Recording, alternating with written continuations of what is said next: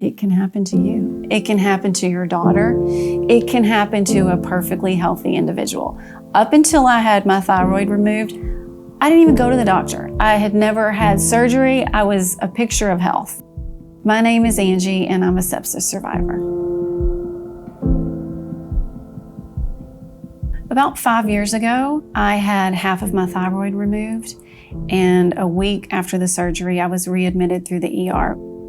I was a little feverish and I had chills, which is weird for July in Kentucky. So I called my doctor and he said, "I'd like to see you." So I went in and he took a look at my incision. It looked great, it was healing. Other than the fever, I looked good. He decided to start me on a broad spectrum oral antibiotic and I went home. That afternoon, I was really feeling bad. I don't really remember this, but a friend of mine called and I was gibberish on the phone, and she called my husband and told him to come in and check on me. He immediately called my doctor and said, "Meet us at the ER." The next thing I remember was being in the ER. My white count was really high, my heart rate was high, my blood pressure was low. It looked like I was starting to approach septic shock.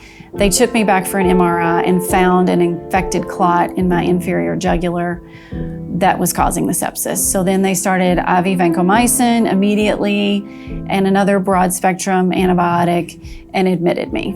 After I had stabilized, my physician did say to my husband and I wasn't sure at the time we were going to be able to bring her out of this. So that was when I was like, whoa, I'm lucky I'm alive. My husband, he said, "Yeah, I was making the bed before I was getting ready to come to the hospital and check on you." And he thought, I might be doing this by myself for the rest of my life. And then thinking of my boys, growing up without their mother, that it just really hit me at that point.